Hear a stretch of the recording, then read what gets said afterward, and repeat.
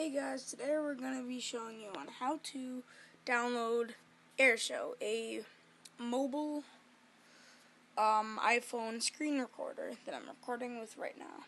Okay, so the first thing what you want to do is go to Safari web browser,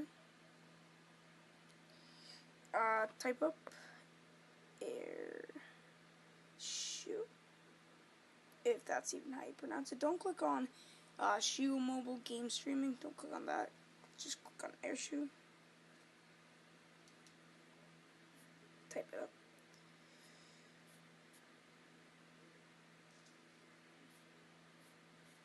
Alright, so once it loads, you're gonna want to just click on the first thing, emulators. Once you're on that, you're gonna want to go down, go on AirShow, click it, click install. Once you've done that, it's gonna start installing the app. And it's gonna appear on your home screen. It's gonna do an error, and once you see that error, go to settings. Oh, sorry about that. You're gonna want to go to general, down to device management.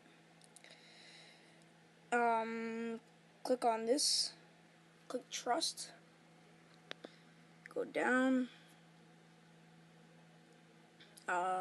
then there you go, you have your app AirShow. Thanks for watching.